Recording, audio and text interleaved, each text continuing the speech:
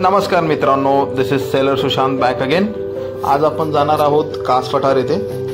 कास पठार हे साताऱ्यातील पर्यटन स्थळ आहे आणि हे पर्यटन स्थळ साधारणतः 22 किलोमीटर साताऱ्याच्या पश्चिम दिशेला आहे आणि साताऱ्यापासून कास पठारला जाणारा रस्ता हा खूप सुंदर आणि दळणवळणाचा झाडाझुडपांनी अगदी वेढलेला आहे।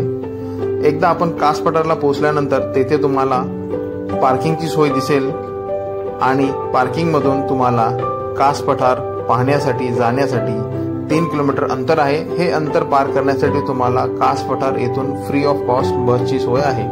तिथे पोहोचल्यानंतर तुम्हाला तिकीट बुकिंगचा काउंटर दिसेल। तिकीट पर पर्सन 150 रुपये आहे आणि ही तिकीट तुम्ही ऑनलाईनही बुक करू शकता। मी असं सजेस्ट करेल की तुम्ही तिकीट ही ऑनलाईन बुक करून जावा, कारण तिथे लिमिटेड स्लॉट्स आहेत। एकदा स्लॉट्स बुक झाल्यानंतर फुल झाल्यानंतर तुम्हाला तिथे तिकीट मिळणार नाही। या पठारावरती पावसाळा सुरू झाल्यानंतर असंख्य प्रकारची रानफुले आढळतात।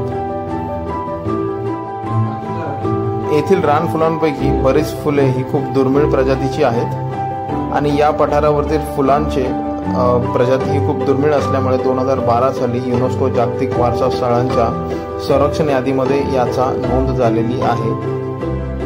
कास पठार हे जैवविविधतेने नटलेले आहे। हे पठार ऑगस्ट ते ऑक्टोबर या काळात फुलणाऱ्या विविध प्रकारच्या रानफुलांसाठी आणि फुलपाखरांसाठी प्रसिद्ध आहे आणि येथील रानफुले आणि फुलपाखरे पाहण्यासाठी प्रेक्षकांची अगदी झुंबडच उडते। कास पठाराची उंची समुद्र सपाटीपासून साधारणतः 1000 ते 1250 मीटर इतकी आहे। या पठारावरती 280 प्रजातींच्या फुलांची झाडे आढळतात। तसेच येथील वनस्पती, झुडपे आणि वेली मिळून येथे एकूण 850 प्रजातींच्या वनस्पती आढळतात। येथील काही वनस्पती या फक्त कास पठारावरतीच पाहायला मिळतात।